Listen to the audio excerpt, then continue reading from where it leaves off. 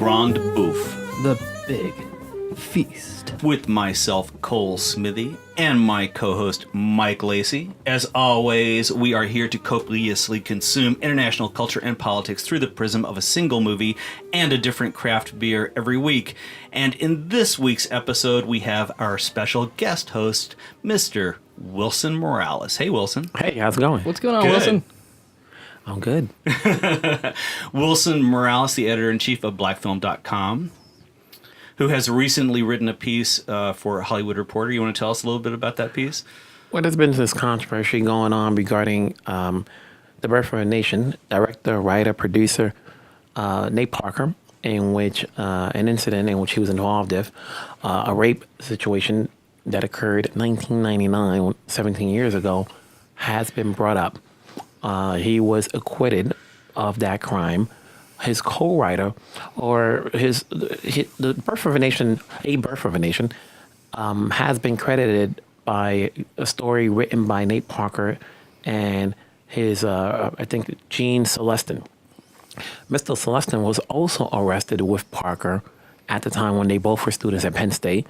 While Nate was acquitted, Gene actually was convicted, served 5 months. He was retried. But then the case was dropped because the victim chose not to, stand trial again.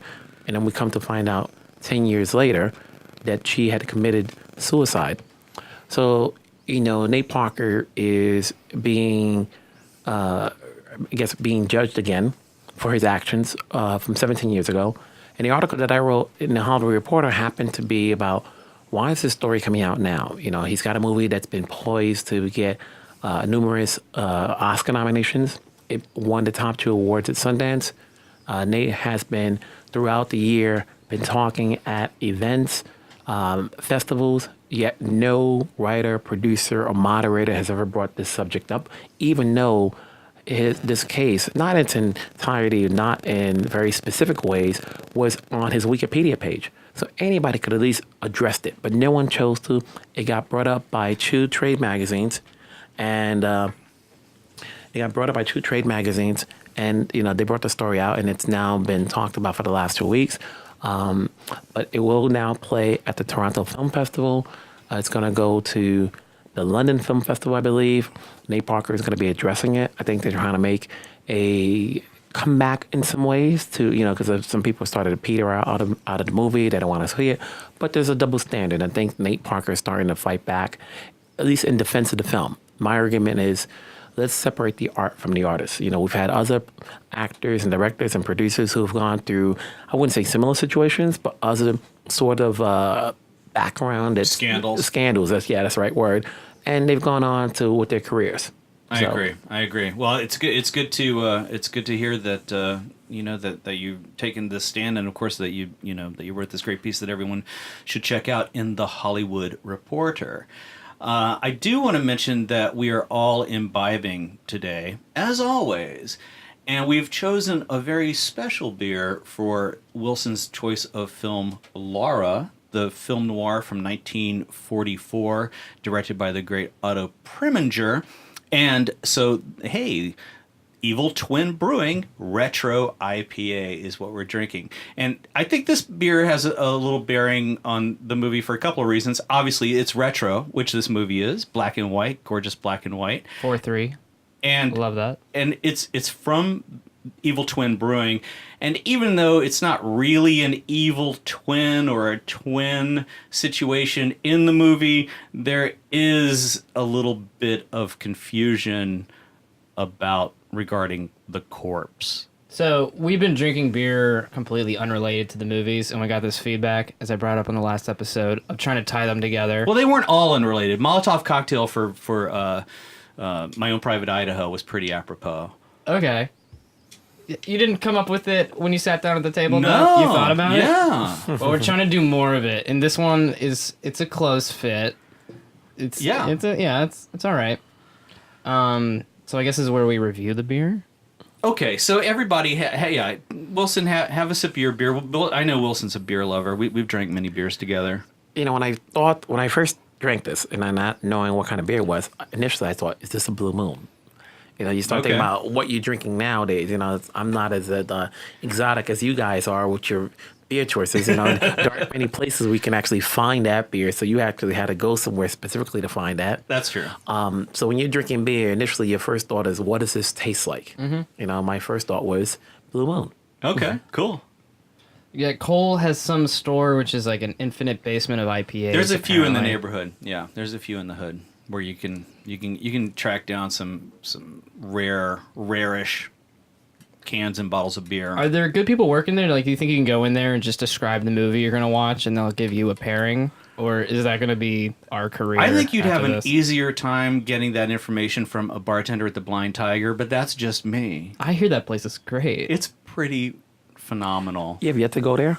I don't think I've been there. Cole's wife works there. I'm gonna have to. Yeah, but we need general manager and co-owner. Yeah. Yeah, she more than works there. Yeah, she runs the place. Yeah.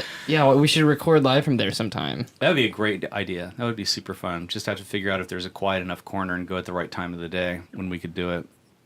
Yeah, that's definitely the to-do list. Well, Wilson, you nominated this movie. Tell us about it. 1944, Otto Preminger's Laura. I consider it one of my favorite films ever. The reason I say that's because growing up, you know, I've been a fan of movies, and you know, when you hear people talk about movies and what are their favorites, they're always going to mention like Casablanca, Orson Welles stuff, you know, Gone with the Wind. I'm more or less about, you know, what catches me when I'm watching it. And when I saw Laura, I don't know how long ago it was. Definitely was when I was younger. The thing that intrigued me is that it had a lot of elements. You know, people say it's a film noir, which is great. It is in that category, but it had romance. It had mystery. It had suspense. You know, the dialogue was great. And that's what I love in films. You know, I'm more of a person, like, you want to be intrigued to see where this movie is going. In hindsight now, you look at it later, you can probably figure a couple of things out. But when you watch this movie as it is for the first time, you want to see where it's going to go. And these days, you know, movies like this don't get made because, you know, we're living in a different time period with movies and studios. And, you know, they're thinking tentpole. A movie like this will either be considered independent or something for TV. And, you know, you had some great characters. The two main actors were Gene Tierney and Dana Andrews, which is interesting because forever, until maybe last 10, 15 years, I had the sexes wrong. When you say Gene Tierney, Dana Andrews, you're thinking of Gene as a guy and Dana as the girl. But it's the reversed way, you know. And the movie was nominated for several awards, but it ended up losing to, I think, a movie called Going Away that year. Preminger got nominated. Clifton Webb got nominated for Best Supporting Actor. And there's a lot that's in that film. Vincent Price, one of his non-horror films. Yeah, you know? He didn't bring up any spiders or anything. No, so like this was Vincent Young before he became synonymous with the word horror and Dracula and all of that stuff. And then you had Judith Anderson before she became a dame because she had done all this British work. And Clifton Webb. Clifton Webb used to be a theater actor who was brought on to this movie because they wanted a fresh face. They didn't want to bring on, I think there was an actor previously thought to be cast, but then the producer said no because he's always playing these sinister roles, and if you put him in this position, you're giving it away is that this is the guy that, you know, when you're having a mystery, you need to have a guess who, which one is it? And then, you know, oftentimes when we see certain movies, you know, there's certain actors based on if you've seen plenty of their films, like, oh, it could be this guy. You know, and you want actors to evolve, and when you bring on a fresh face, you just don't know who's it going to be. You know, and Clifton Webb brought that. I did want to point out that the movie was selected in 1999 for preservation in the U.S. National Film Registry by the Library of Congress for being culturally, historically, or aesthetically significant, and the AFI named it as one of the 10 best mystery films of all time. And this movie, the structure of the movie is kind of interesting because the beginning, you have three very distinct narrators in the movie. So it starts out with one, and then it goes to another, and then you end up with a different narrator by the third act. So I think from screenwriting perspective, it's a really interesting format that they use, and I agree that they, it is suspenseful. It's got a really great hook to it. I felt like they could have played the hook a little more because we are going to have to give a few plot points away, but a woman is shot in the face with a double-barreled shotgun, and so she is unrecognizable. Well, basically, the story goes, a detective, you're hearing basically the narrative coming from the reporter, who happened to be the victim's best friend. And when the movie starts played by Clifton Webb. Yes, Clifton Webb is the reporter. Dana Andrews is the police detective investigating the murder of Laura Hunt, who is an advertising executive. And apparently she was shot in the face. And he's trying to get an idea as to who she was and why would anyone want to kill her. And Clifton Webb starts talking about, his relationship with her initially and how he brought her up to be who she is now or who she was, and the men surrounding her lives and the people surrounding their lives. And then as we go along throughout the movie... Can I just say, during his explanation, he's in a bathtub the whole time? Yeah, well, Waldo, Waldo Lydecker. Lydecker. Yeah, we have to talk about the opening scene. Yeah, the opening scene, the opening scene is like, the detective walks into his apartment, and he says, come on in. And he goes into this bathroom where Lydecker, and just like Trumbo... This is no ordinary bathroom. This thing is lavish. It's a massive. It's a bathroom / bedroom. And there's a chaise lounge in the bathroom. It's a marble tub. He has a little table that swivels over so he can have his typewriter in the tub. Right, the Trumbo. The Trumbo. He writes in the tub. He writes in the tub like that Trumbo. Water's got to be getting cold. And the pages are getting mushy. And he's very, in a way, effeminate. No, what's the word I'm trying very to... effeminate. Very effeminate. Feet, and right? and very nude because he's in the bath. Yeah, funny thing is totally you don't queer, see it. right? Yeah, and it's never, back in those days they never established that, but you kind of get a sense of it when you look at it now. Especially when he's like, pass me my towel. It's like, how can you not read into that? And also Dana Andrews, I love the look. Dana Andrews gives this look, and there's no two ways about it. He's sizing up Waldo Lydecker's very unassuming manhood, well, and he kind of cracks a little grin like, yeah, that thing's pretty tiny. He's giving him. It's funny because when you look at it now, and you like say, he goes, "Hand me my towel," and Dana Andrews is like, "You serious?" Like if you had to do like a remake of it, the guy would probably be like, "You serious? Yo, you get it yourself or something like that." "Oh, yo, dude, put a dress on. Let's go in the living room. Let's go talk." And he's, the way he talks, he's so full of himself. And Clifton Webb is really chewing the scenery. I personally have some problems with this movie, and one of them I think is the casting. I think you could have gotten away with Clifton Webb if they had cast someone other than Vincent Price. But Vincent Price, this giant, imposing... the guy's got to be like 6'5". He's huge. And he wears these really boxy, double-breasted suits. Yeah, straight out of the 90s. He could be on Seinfeld with those suits. But he's so effete. He's so effeminate. This is really... The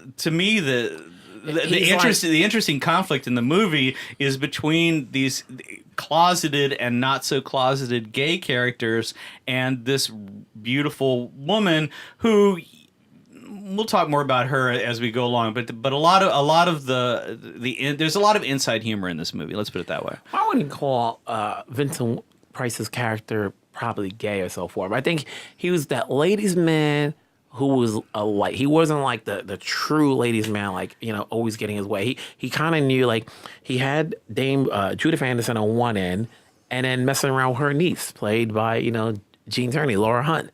So he had the best of both worlds. He obviously was somebody who loved to be cherished because both of these ladies put him in the spotlight. They were basically giving him money, as you see throughout the movie. Right, he's playing the angles. He doesn't strike me as somebody who's sincere. He's not a romantic person. He's somebody who's playing the angles, and his biggest rival is Waldo Lydecker, who's sniffing around his business 6 ways from Sunday. Doesn't this movie totally seem like a gender flip? Like, you have the reporter who is pulling these sort of sex power games in the beginning with the investigator to pass me my towel, and then you have the sort of like money, the gold digging like hanger on. That's like I'm gonna go with. And I also want to mention that. And then she's a high powered advertising exec. Like it almost seems like they took a more straightforward plot. That's a good point. And excuse me, the way that Waldo inserts himself into the investigation, he insists on riding around with Dana Andrews' character on the investigation. Oh, it's hilarious. And so every time they go in to interview a suspect, Waldo's just popping off the ceiling with all sorts of stuff. It's crazy. It's like Truman Capote, basically, just like wisecracking. It's like, all right, I'm going to hang with you. Oh, yeah, I'm going to give you a little background to each person out of here. Like, oh, you know, I was Laura's main guy and her best friend, and anybody that she didn't really care for, I didn't like, basically, you know, she never would know it, but I would write against them, and she would side with me. Right, and he knows about the pending marriage to Shelby. We should say Carpenter. that Vincent Price's character is named Shelby, which is also obviously a name with some gender neutral name. Gender neutral. There you go. The other gender neutral ones are the actors. So yeah, we have it. It's all over the place. Yeah. Although Dana Andrews' character's name is Detective Mark McPherson. You think it's McPherson, but it's actually McPherson. Okay. Yeah, it's so they kind of toy around with Weird the Irish names in like all these sort of movies. It's like Treadwell, right? McPherson. What are the other ones? It's like who? You ever run into someone? There's one that's real. Shelby Carpenter. Okay. Waldo Lydecker, Shelby Carpenter, Laura Hunt. Waldo Lydecker. Waldo Lydecker. That's a great name. And Treadwell, very Park Avenue name. Yeah. Where do you pull these out of? I mean, I guess from the society pages, right? Like these were of an era. That would be a good place to start, I would imagine. I think you would say Waldo Lydecker was your current Liz Smith. So it's based on a novel by Vera Caspre, and the script was written by Jay Dratler. I think there were a number of people who wrote the script. You know, the making of the movie had its issues. There's a couple of people who, but I did want to just briefly mention that Jay Dratler, one of the co-screenwriters, contributed to Impact, which is a great film noir. Deep Impact? It's just called Impact. Thank you, Mike. Call Northside 777 with James Stewart and meet Boston Blackie. Oh, Boston Blackie. That's another noir detective. You know, the thing about this movie is that Preminger initially came on as the producer, and they were choosing directors, and I think going back and forth, and this is all through Wikipedia, you know, they had issues with the casting initially, and they didn't like the way things were going. Another back and forth, and basically all movies go through some things. And Preminger ended up going back to being from producer to also directing. And the cast initially thought that Preminger did not like them, you know, so they came to find out otherwise. And according to, you know, what I read, it's like things went smooth once he got on board as a director, and it played well because, you know, they made changes from I guess the novel, you know, just to make it more suspenseful, more intriguing. Well, it's set in Manhattan on the Upper East Side and in Midtown Manhattan. I did take special glee in the prominence of the Algonquin Hotel, where I recently stayed with my wife on a staycation, and they copied the set. It wasn't filmed in the Algonquin. They built the set in L.A. But to me, the scene where Laura meets Waldo at the Algonquin, he's eating, and she tries to go in to get him to sign off on this. And she's an ad exec, and she wants him to sign off on this advertising. She's not an exec at all at that point. She's probably like a newbie. She's a lowbie. She's fighting for a place Peggy on the ladder. Olsen season 2. Right. Well, they still roughly. call everybody an account executive in advertising just to make you feel more important, you know, even if you're not. But that scene where she goes in and tries to convince him, and his reaction while he's eating his dinner at the fancy round table where Dorothy Parker and the Vicious Circle all dined every day. That's the era, and that's the location. So that's kind of cool too, is that it has the Dorothy Parker reference in there. Yeah, and and then he brushes her off because, like, listen, I'm eating now. You obviously have no rules for But like. he's just flaming. He's Flaming. He's the queer feathers are up. And he's just like, you just have and then she tells him, Yeah, off, you have no decency, no etiquette. you have no rude, and she was like, how rude are you? Then I think it touched the nerve. He became infatuated with her. Then he goes to her job and just basically insinuates like, hey, listen, I'm going to go through this door. Listen, I want to say modestly and reluctantly, I'm sorry for the way I treated you. And then she's like, oh. Yeah, he's very contrite, and I love that scene. But it really does make me wonder, what does he see in this woman that he obsesses over, because it's not her sexuality. In a way, it is. In a way, I think he noticed. He's jealous of her sexuality. No, I think he noticed the innocence, and a guy like him wants to train that innocence. Like she's new, she's young. She's got potential because the fact that she can go up to him while he's eating and make a pitch gives him that says, well, she's got balls, but she needs more class in order to do this. I can train her. I see. I take a different tact. I think she's the trophy, and he recognizes that she's the trophy. And I think what he really wants is Shelby. Shelby wasn't in the picture at the time. Shelby didn't come on. No, he doesn't know. He doesn't know that yet, because he wants to be in her world, because he knows that men are going to be attracted to her. Well, that's because, remember, she became like what's the Rex Harrison film? My Fair Lady. My Fair Lady. Because remember, he groomed her. He told her like a change their hairstyle. Shop at this place. Once she started coming up in her business and he introduced her to his clientele. Yeah, there's a Pygmalion thing, and also the critic from All About Eve too. It's a similar dynamic where he's training, like, it's actually Marilyn Monroe in that movie, and there's it seems like there's these sexual undertones. I feel like they almost have to put these sexual undertones because you can't just have a straight up gay character. He had, like, back then, and obviously when you think about 1944, they certainly weren't addressing the gay issue at that point. They wanted to say, okay, he had this platonic. Platonic, but platonic. But listen, they were here's the thing: they were addressing the gay issue. This is 10 years after the code came around, the Hays Code, and you did have these stereotyped gay characters who were almost always assigned some kind of criminal aspect. Mm-hmm. And the way this story plays out, you really the gay character is punished. Not that he wasn't rightfully punished or justly punished, but he was the criminal.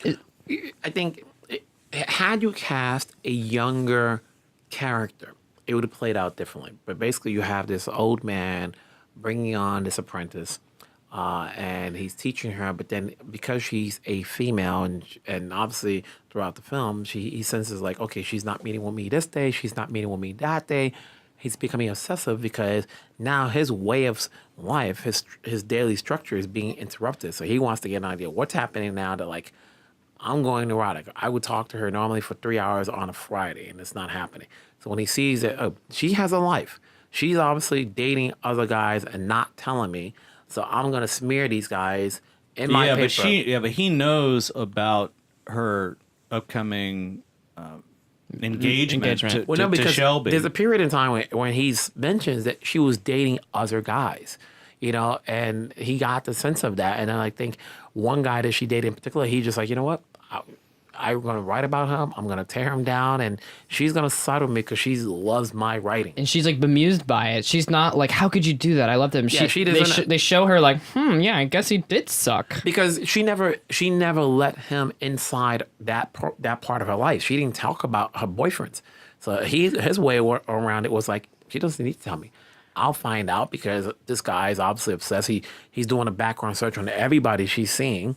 Okay, so there definitely is a simile with George Sanders' character Addison DeWitt in All About Eve, between, well, I would say Waldo Lydecker and Allison DeWitt are corollary stereotypes. I mean, they would have hated each other. Archetypes. They would have. Oh man, the war they between would've- them in the papers would have been incredible. That would have been a bitch fight. Can we talk about Jean's character? How much agency does she have? She has a lot of spunk and gets herself to a really great position in advertising very quickly, but it's kind of at the it's under someone's tutelage, but there's nothing wrong with having a mentor. That's how it works in a business. You know, if you look at Mad Men and you're like, hey, if you can line the big clientele, you're gonna rise up, especially in that time period. And I don't know about the world now, but in a way that works. You know, like obviously he was introducing her to all these powerful men that she was basically outranking everybody in her field to the point where she made money. She was able to afford a house in Connecticut.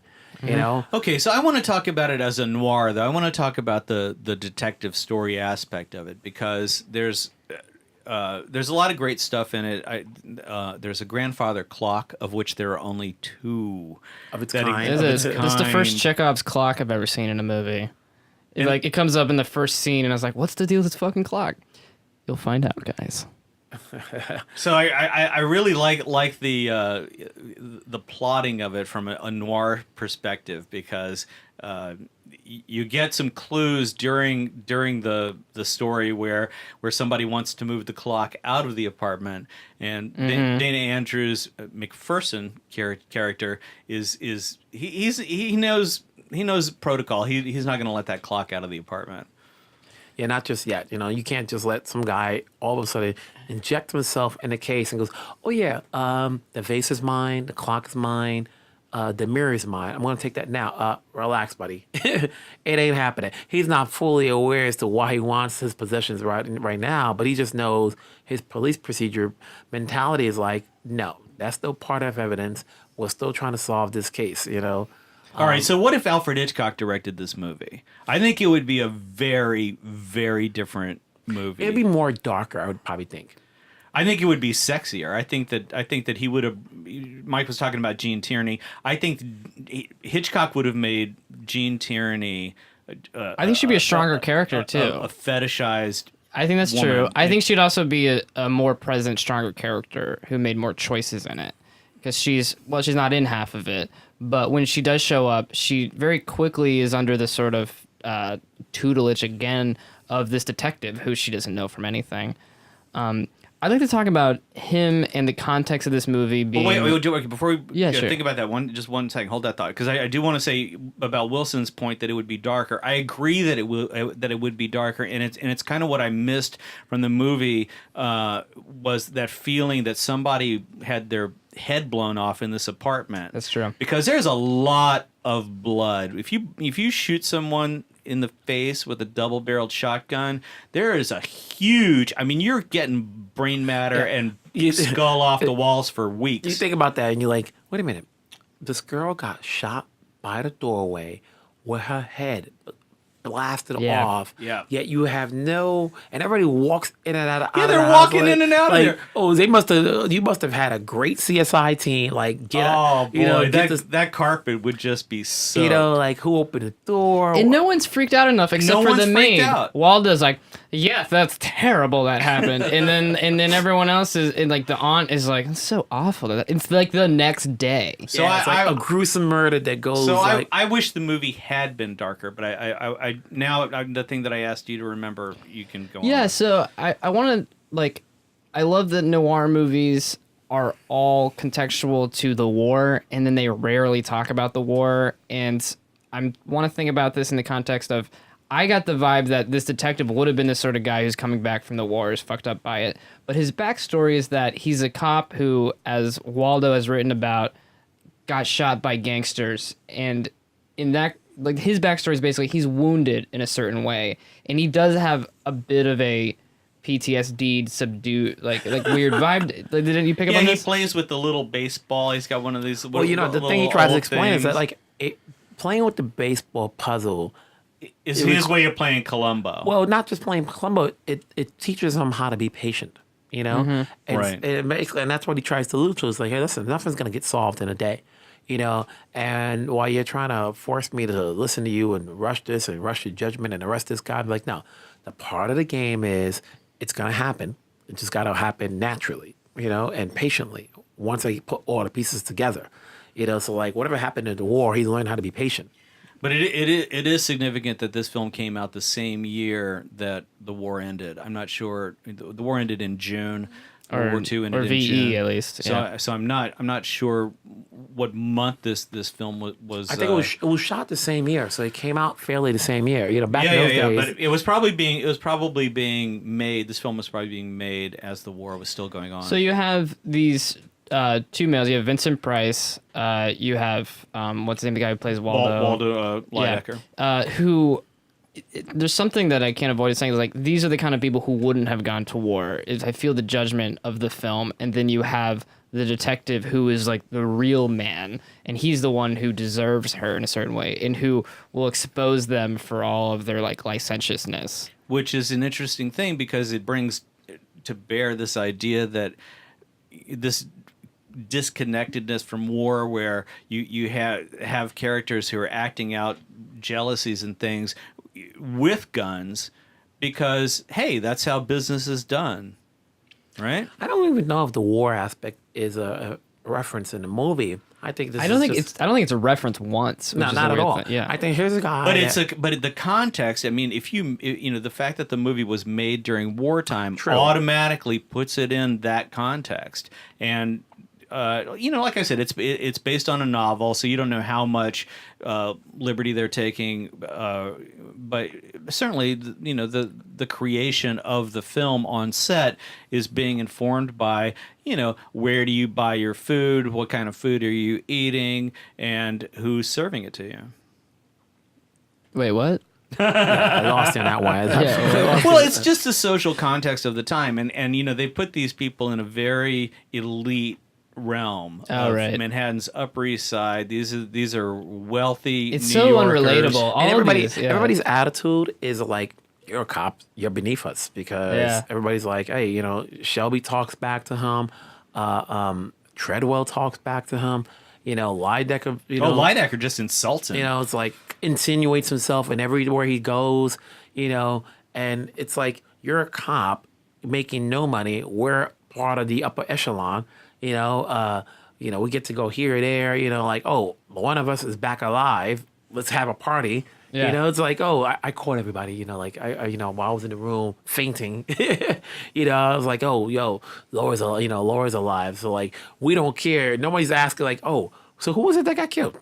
We don't matter. It doesn't matter to us. It was Laura's alive. Let's just go back. Who gives a shit about that woman? Who cares? It's like, it's like a real person wasn't killed. So why? it's what's like this no about? one cares about like, oh, it wasn't. If it wasn't Laura, who was it then? And the cop is like, wait a minute, you're going back to Waldo. It's like, this guy, he brought some chick to your house, while you were away, and he knew it, and she gets blasted, and no one cares. Go ahead. Well, I was gonna say the class of a lot of noir films. I love like your thoughts on this. It's a lot of rich ass people in either New York or LA, and I just wonder what you can gain from why people wanted that escapism, where you're both seeing these people living lives that you never live, and then like crazy shit is happening, and it's like tearing down. I think like the decades earlier. Like I'm thinking about like the Philadelphia story. Okay, that is just rich people like falling in love, having a great time. I get that escapism, but this is like people on the Upper East Side blowing each other's faces off with like that's dark. Like it really is dark. That takes it to another level. Like she didn't get stabbed. They just like open a door, bam. And it's funny. Like you couldn't do it today. You do that today. You'd have to, it would be harsher. It would definitely be beyond Hitchcock. The more dark. I think about it, I think Waldo Lydecker's apartment is a penthouse. I think he's got the penthouse situation. Here's the thing that I noticed after all of these years of seeing it over and over again, but I haven't seen it recently, this very last time. There's a point in the scene where McPherson goes to Lydecker's apartment. And I said to myself, how did he get inside? He had a key. It goes, wait a minute. Like there's some shenanigans. Disbelief going on in here. Like it's one thing when you have Laura Hunt's keys because she's the dad, and he's like, okay, I'm investigating all her stuff. But like the reason we get to the third act is because he had a key to Lydecker's apartment. It's like, wait a minute. Did he give him a key? Like, are we missing a sequence here? Like, it's just like these people come and go. But you never question that, and I think that's kind of the beauty of noir movies. When you look at whatever the Maltese Falcon, it's just there's that dumb MacGuffin, but boy, it glues the whole thing together so well. Or the fact that she lived in a building. It wasn't her house. It was a building, and she had an apartment. Right. Where are the neighbors at? Right, yeah, when the gun went every off. time they walked in, back and forth, and you see the guy at the front door, I go, and you see them going up the stairs. It goes, wait a minute, there are apartments next door, There are apartments next door. It goes, where are the neighbors? Why wasn't the neighbor involved? Well, I did want to mention that this was Gene Tierney's follow-up to Heaven Can Wait, which had been made the previous year, and that's a fantastic movie. She's terrific in it, and so she was a solid A-list movie star at this point when she made this, and her career, like a lot of careers in film, that directors, actors, I think a normal trajectory is about 10 or 15 years, and that bears true here because she made her last film, The Left Hand of God, in 1955. So Gene Tierney for me is what this movie is all about, and she doesn't make her appearance until the third act. I guess there's flash. Oh, is that right? There's flashbacks. Oh, good. Wilson has her it. Peyton showing up all Rebecca style, right? But she's so gorgeous that you really do believe that anyone, man or woman, would want to follow her around. Yeah, like she's very charismatic. You look at that painting every day as this guy was walking to her apartment, and you're hearing the story about like from the get-go, like, oh, this is how she started out. This is what I made her into. This is what she was all about. Yeah, the painting that opens the movie. And then everybody's talking about like, oh, she was great. She was always cool. And, which had to inform Vertigo years later because there's that painting again. I love it how a painting just has the ability to enrapture people. We've done other movies with paintings. It's in the Brian De Palma movie that we did. Right. Oh yeah, of course. There you go. It's deep Hitchcock too, but it's such a trope. Yeah, and it really works. It really sings because you see this movie, you think about that painting. And the detective falls for her, and he gets so weird. Like, what a weird detective. He's like drinking her booze right away. Well, he's sniffing her panties for sure. He's like drinking her booze, chilling at the house. That's my favorite part. He's sleeping under her painting. He's a panty sniffer. I like how Lydecker just calls him out like, "Oh man, you kind of staying here all this time. I should be charging you rent or something." He's like, "Are you subletting?" Yeah, are you subletting? It's like that's the thing. The thing I loved about this movie was the dialogue. Especially Lydecker's dialogue. It was so scripted. Like if you were remaking it today, Whit Stillman would direct it. Yeah. Whit Stillman would, because when you think about Metropolitan and other films, Metropolitan, you think Whit Stillman would be the guy who would direct this, and you'd get somebody like Kate Beckinsale to play that role. Yeah. Kate Beckinsale, who would play the cop, Hugh Jackman. Who else? I don't know. A Serendipity remake, I want Taylor Kitsch to be the detective. Nah, he doesn't have. Who is Vincent Price too? Who would be Vincent Price? I think you just go hardcore with the detective. You get Vincent D'Onofrio to play the cop. Nah, is he too old? Because it's got to be somebody. It's got to be somebody that the audience wants. Part of me growing up and watching this movie and loving this movie is because there was that romance there. Like it's got to be somebody that like. That's why I'm looking at the Gene Tierney. It's like, oh, this guy's drop dead, but like. I think it's better to go against type. I think like Michael Shannon would be an awesome detective. Michael Shannon actually, that's a good call. He's got that woundedness to him. Michael Shannon is a good call. Michael Shannon is a good call. Michael Shannon's always a good call. I want him to be in every movie. Michael Shannon's a good call. Like to see him in this role with a Kate Beckinsale, and then you think about who would play Waldo Lydecker. You can have if you did this 10 years ago, who's the British Rupert Everett. Oh, he'd be great. He'd still be great. He'd be great as Shelby. I love Rupert. He would be great as Shelby. No, as Waldo Lydecker. Oh, Waldo, yeah. Or actually, who will be Waldo Lydecker? Stanley Tucci. No, I can't agree. I can't agree. I think you. Yeah. No. What's his name? Doogie Howser. Oh, he'd be great. Oh, what's it? Oh God, I feel really embarrassed. The three names. The How I Met Your Mother. Come on, guys. I know. No, I it's, saw him walking on Neil 8th Patrick Avenue. Harris. Neil Patrick Harris. But yeah. you know, He's very no, tall. because surprisingly tall. If you're gonna go Hollywood, go Hollywood. You're talking. No, but you got to play with the archetypes. You got to play with the gay archetypes. I think it would be a great You way got to to do it like if you're gonna do it to a point where the audiences can't assume anything and just looking at it for the first time, got to cast it right. Realistically, I'd flip it in like all these different ways. Though I would have like the manly men be the bad guys, and then like well, maybe I'm just trying to get it so Gene Tierney winds up with me. I'd cast me as the cop. Can I do that? I actually, funny thing is, in my head this morning, I said, if All right, wait. I just want to say, I do want to say that Neil Patrick Harris was awesome in Gone Girl. He was great in Gone Girl, and so I think getting his ass murdered.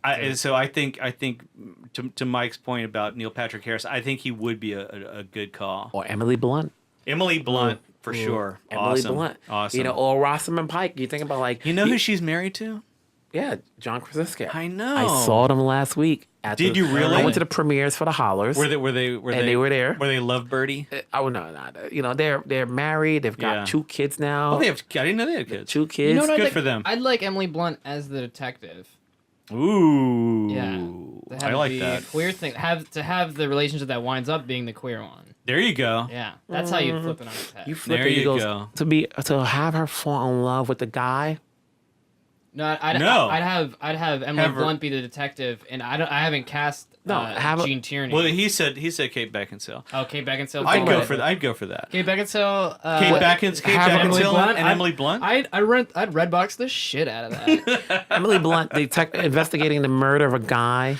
You know, and she's hearing about this guy, and maybe you do know that Hollywood's going to steal all of our ideas. Yeah, you make it seem like mark my words. Today is the first. What is it? The 2nd of September. A year from now, this movie's going to come out with our choices. That could work because she could be a cop or a detective, lonely because it's the cop's world, and she falls in love with this guy who's like, oh, he was giving, you know, he gave to the poor, yada yada, and then he kind of walks in, and she's like.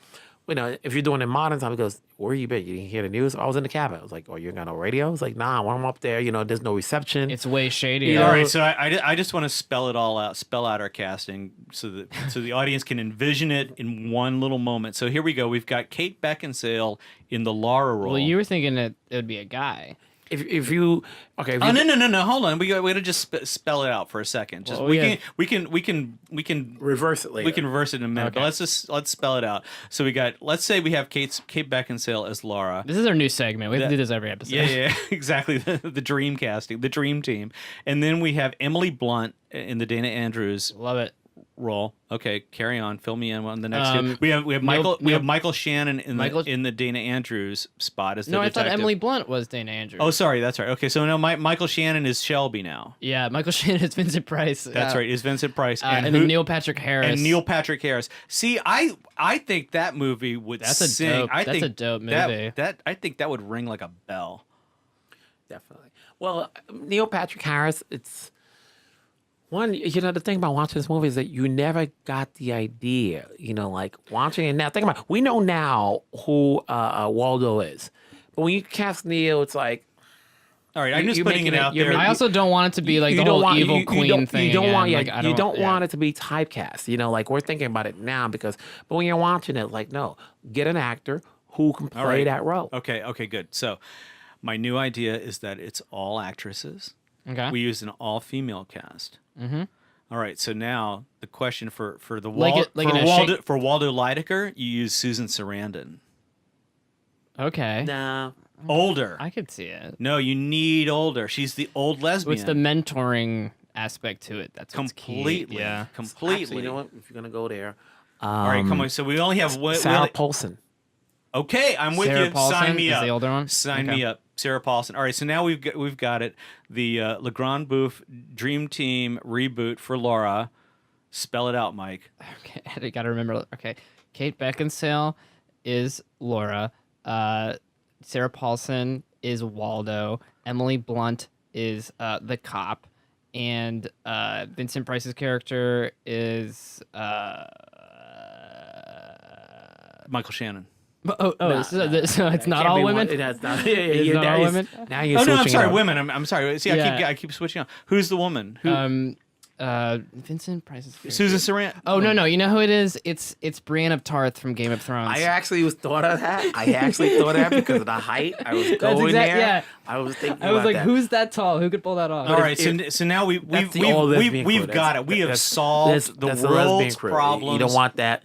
If you're gonna do, if I think back to our original idea, it go Michael Shannon, Kate Beckinsale. No. I like the all woman. I like the all women Laura. But because you wanted to sell. Like obviously. Well, there's gonna look in 50% of the world, man. in our version, there's gonna be at least 2 get down scenes. I think there has to be 2 get down scenes. Clearly missing. That's not a Baz Luhrmann reference, is it? No, that's just a busy reference, or should I say, bazizzy. What is even that? What? Oh, here's one thing I want to talk about: the score. they don't. Cole's doing things with his face. No one does that, Cole. Juvenile. The score is by David Raskin. And back in those days, you had certain scores that played out, and David Raskin had done the score, even though Alfred Newman was on Fox contract. But the score is memorable. They've used it in other films. There's certain scores that you can play out that, back in those days you had Alfred Newman, Bernard Herrmann. Well, and also, Rodgers and Hart. You had a lot of stuff that was being pulled over from Broadway for use in this stuff. Thank you all so much for listening. I want to point out that you can subscribe to us and like us on SoundCloud. You can find us on Stitcher and iTunes. You can always track us down on colesmithy.com. So please share with your friends, like us, subscribe, and all that wonderful stuff because we love you all. It makes a difference. It really does. Talk to us. We want to engage with you. We want to hear what you want to see, who you want on the show. Let us know. That's right. We especially want to thank Mr. Wilson Morales for coming on the program today. Thank you, Wilson. Thanks a lot. Wilson, where can we find you on the interwebs? You can find me on blackfilm.com, which is the same words they use with Twitter as Facebook. And if you haven't done so, check out 1944, Otto Preminger's Laura. Thanks a lot. Remember to turn your cell phones off when you're walking, driving, or watching a movie.